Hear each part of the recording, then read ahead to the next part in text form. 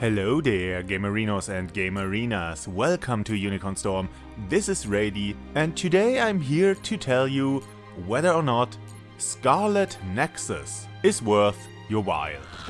The game is just another techno-fantasy paramilitary monster-killing anime game, but it's quite fun. You are part of a special forces unit comprised of psychokinetic super soldiers in a cyberpunkish world where pretty much all information is delivered through augmented reality, and you have to kill giant monsters that one day emerged and now threaten humanity's survival.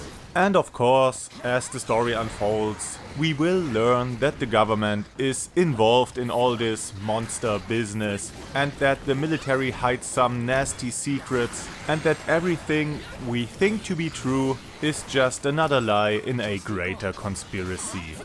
The story is told to us mostly through rather long dialogue scenes where we can watch still images of the characters while listening to the voiceover. And pretty often, major plot developments will get introduced and resolved in the span of a few lines of dialogue or image slides. The story isn't really bad, but sometimes it feels kinda rushed. It could have been told better. And it is full of anime tropes, and not always the good ones. But I do think the characters itself are quite well written and neatly characterized. I mean, aside from our protagonists, because they are just naive nice guy and super strong deadpan. But the supporting cast offers a lot of variety. There's the stern and serious soldier who questions his own morality. There's the professional superior who really cares for his team. There's the silly and childish super soldier who's a media darling. There's the shy girl who's really into flowers and is a sore loser. And of course there's the best friend who happens to be a girl.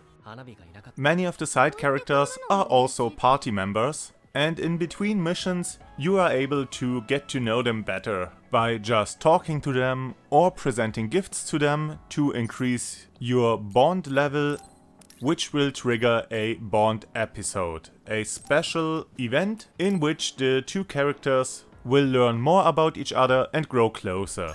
And by completing a bond episode, you kinda level up your party members. And I guess with that we get into the gameplay.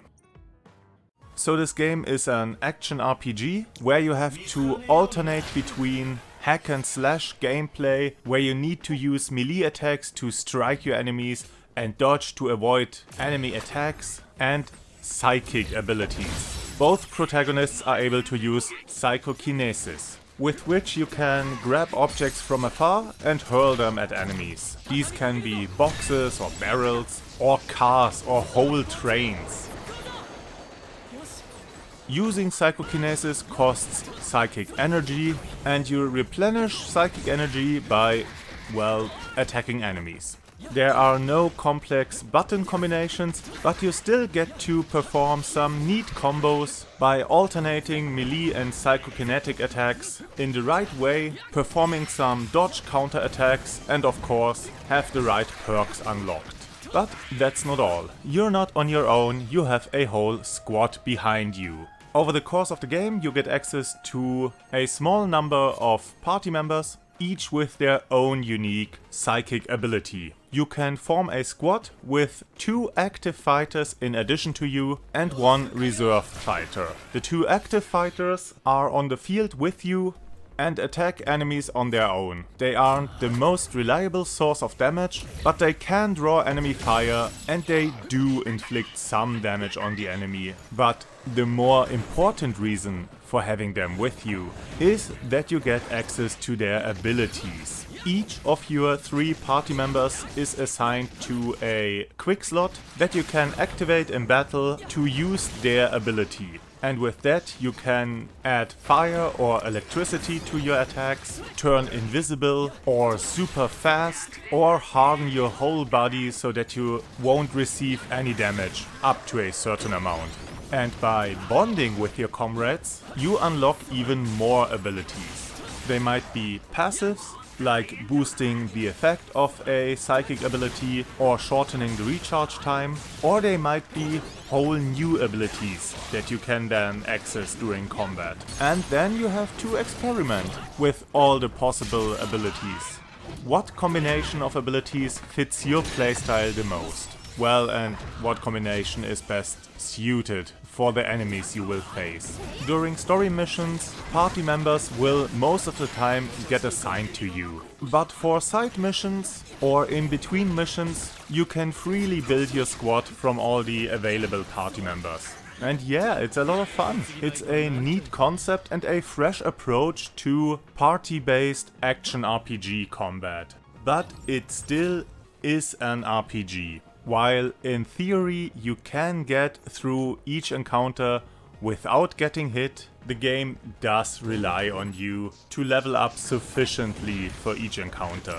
And even though the game gives you a dodge function and a perfect dodge with a much stronger counter attack or counter psychokinetic attack, it's not that you can reliably read your enemies. While the attack animations aren't as bad as in Final Fantasy VII Remake, where all you had as an indicator was the attack name appearing above the enemy's head, you will see much more elaborate attack animations in this game. But it's not always clear to see when an attack will actually connect, or when the wind-up actually ends. A lot of attacks have very hard tracking, but not yours. You can lock onto an enemy and try to attack him, but instead of hitting him, you're just dancing around him because you started at a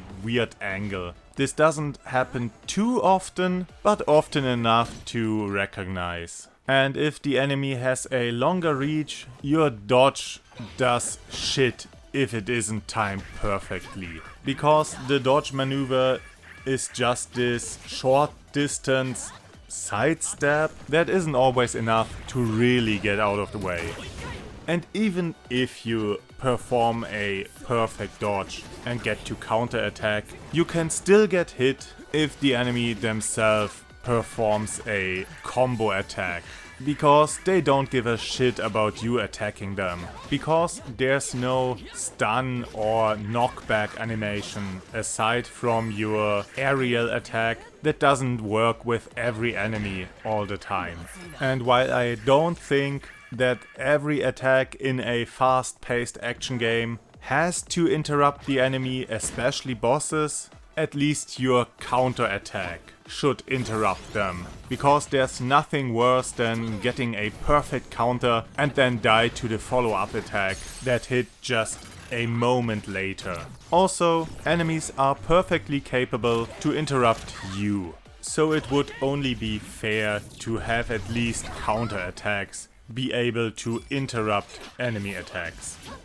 The game is highly detailed, and it kinda has to be, because you can interact with so many objects and you need to use your abilities to the fullest. You get to roam around all kinds of different environments, shopping districts, underground facilities, derelict construction sites, subway tunnels, highways, and all of these environments are full of detail. Aside from all the cars, trays, boxes, barrels, girders, vending machines you can interact with, there are all the environmental details, like plants sprouting through the concrete, posters on the walls, heaps of scrap and trash. Well, and then there's the augmented reality, where road signs appear when you get near to an intersection, or warning signs near hazardous areas. When you approach a display window or a vending machine, an overlay appears showing you the things you can buy, and then there are the stupid elements, like virtual police tape that can't hold anyone back, or a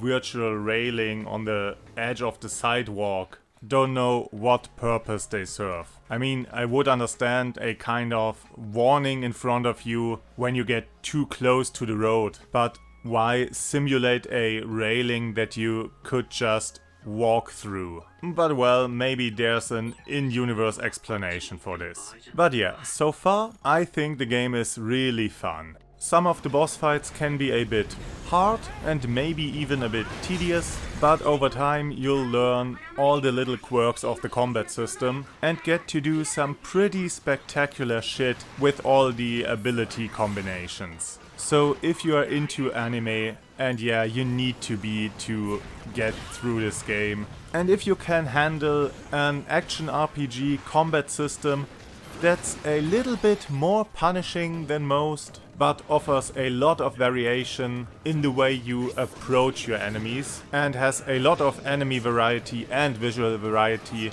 with some pretty freakish designs and some pretty cool bosses, well, you might want to give it a try. And with that, I bid you adieu, have a great day, that's it from Rady, and I hope to see you again on the next game.